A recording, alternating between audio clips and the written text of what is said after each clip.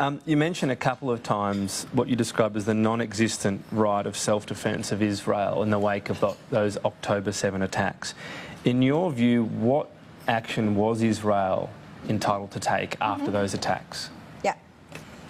Thank you, Tom. With your permission, I will clarify what is self-defense under international law, and so that everyone can understand, well, there is not such a thing that Israel could claim.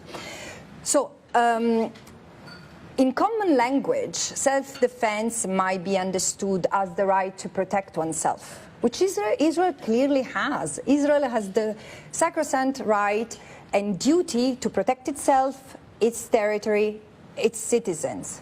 Although it tends to confuse a lot its own territory with the territory that it's trying to annex under occupation, and this is illegal. But however, Article 51 of the UN Charter that Israel has invoked is not just the right to protect itself. It's a self-defense under international law. It's a legal term of art and means the right to wage a war, which Israel doesn't have. And this is consolidated jurisprudence of the supreme judicial organ of the United Nations. I understand that state practice might diverge, United States and Iraq, but the law remains the law, and this is what we should follow. So the right of self-defense can be invoked when a state is threatened by another state, which is not the case. Israel has not claimed that that has been threatened by another state. It's been threatened by an armed group. Qualify it the way you want, but it's an armed group within the occupied territory.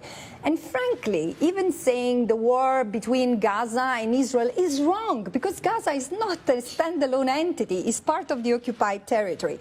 But so, in particular, Israel cannot claim the right of self-defense against a threat that emanates from the territory it occupies, from a territory that is kept under belligerent occupation. And this is not only this exists in the jurisprudence of the ICJ in general, it's also been said in the case of the occupied Palestinian territory.